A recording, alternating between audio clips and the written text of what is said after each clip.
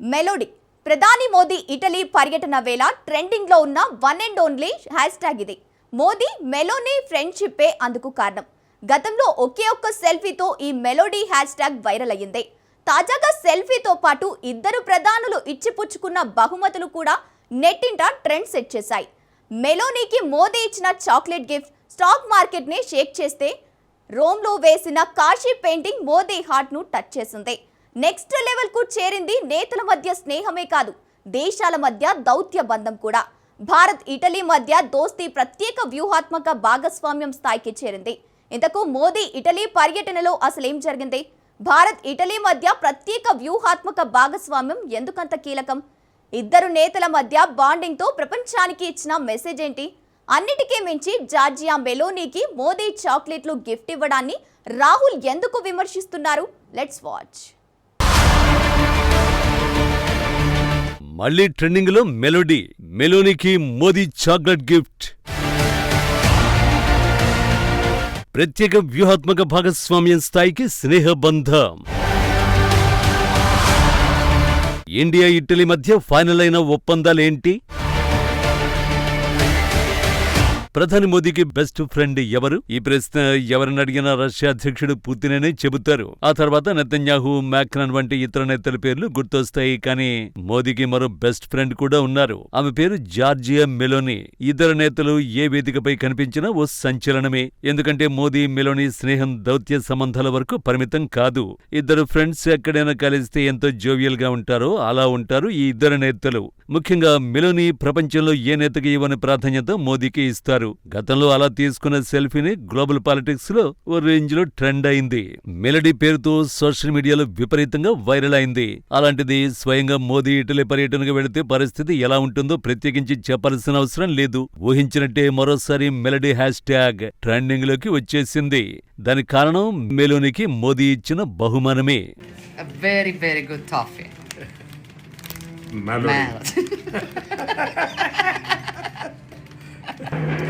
Prime Minister Modi brought us a gift, a very, very good toffee. Modi Italy పర్యటనలో melody hash tag trending లోకి రావడానికి reason ఇదే. Italy ప్రధానికి Modi Parle melody chocolate gift గా ఇచ్చారు. ఆ బహుమతిని కెమెరాకు చూపిస్తూ మెలోడీ అని మోదీ చెప్పగానే ఇద్దరు నవ్వేశారు. ఈ వీడియో సోషల్ మీడియాలో పోస్ట్ చేయగానే ఓ రేంజ్ లో వైరల్ అయింది. దీంతో ప్యార్లే బ్రాండ్ షేర్లు ఏకంగా 5% ఎగిశాయి. ట్విస్ట్ ఏంటంటే ఇది చాక్లెట్ కంపెనీ కాదు, ఓ వేస్ట్ రీసైక్లింగ్ కంపెనీ. ఇది తెలియక చాలా మంది ఎగబడి షేర్లు కొనేశారు. చాక్లెట్ కంపెనీ పేరు ప్యార్లే ప్రొడక్ట్స్, లాభపడింది మాత్రం Parle industries. మెలోనీకి chocolate packet gift గా ఇవ్వడంపై విపక్ష నేత రాహుల్ గాంధీ విమర్శలు గుప్పించారు. దేశం ఆర్థిక సంక్షోభాన్ని ఎదుర్కోబోతోందని, ఇలాంటి సమయంలో యూరోప్ పర్యటనకు వెళ్లడం ఏంటని ప్రశ్నించిన రాహుల్ మెలోనీకి చాక్లెట్ బహుమతిగా ఇవ్వడంపై సెటైర్లు వేశారు. ఇటలీకి రాష్ట్రపతి మెలోనీ है, उनको नरेंद्र मोदी जी टॉफी खिला रहे हैं. रील बनाई है हिंदुस्तान के प्रधानमंत्री इटली के प्रधानमंत्री को मेलोडी टॉफी दिए हैं. రాజకీయ విమర్శలను కాస్త పక్కన పెడితే ఇటలీ పర్యటనలో మోదీ మెలోనీ ఒకే కారులో ప్రయాణించారు. మోదీని రోమ్లోని ప్రసిద్ధ చారిత్రక ప్రదేశమైన కాలోజియం కు తీసుకెళ్లారు. ఇద్దరు అక్కడ కలిసి ఫోటోలు దిగారు. అందుకు సంబంధించిన వీడియోలు కూడా వైరల్ అయ్యాయి. రోమ్లో భారత ఆధ్యాత్మిక రాజధాని వారణాసి ఘాట్ను ప్రతిబింబించే అద్భుతమైన పెయింటింగ్స్ మోదీని ఆకర్షించాయి. ఈ పెయింటింగ్స్ ను భారత సాంప్రదాయ శైలిలో కళాకారులు రూపొందించారు. కాశీఘాట్లో సూర్యోదయం, గంగాహారతి విశేషాలను పెయింటింగ్స్ లో కళ్లకు కట్టినట్లు చూపించారు.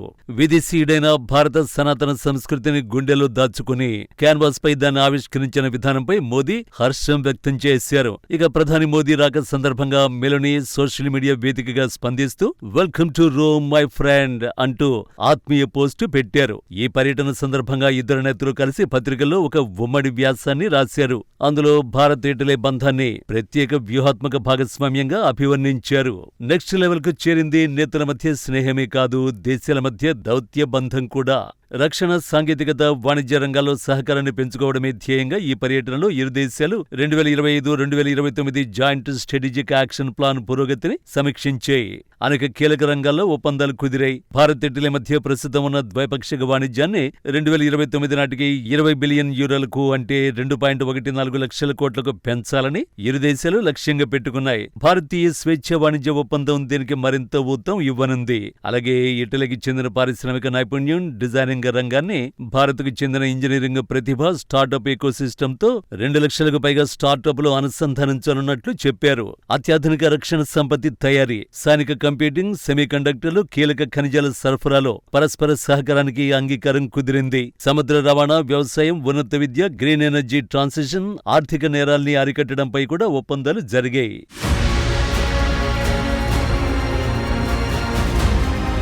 ప్రస్తుత భౌగోళిక రాజకీయ పరిస్థితుల దృష్ట్యా మోదీ ఇటలీ పర్యటన భారత్కు 3 రకాలుగా వ్యూహాత్మక ప్రయోజనాన్ని చేకూరుస్తోంది.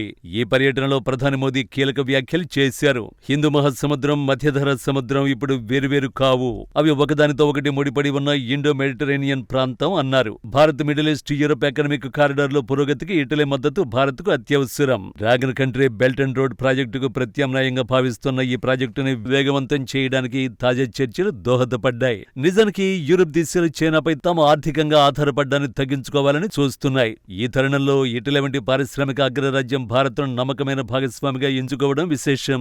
ఇటలీకి చెందిన డిజైన్, మ్యానుఫ్యాక్చరింగ్ మద్దతు భారత్కు దొరకడం వల్ల మన దేశం గ్లోబల్ మ్యానుఫ్యాక్చరింగ్ హబ్గా మారే ప్రక్రియ వేగవంతమవుతుందని విశ్లేషకులు చెబుతున్నారు.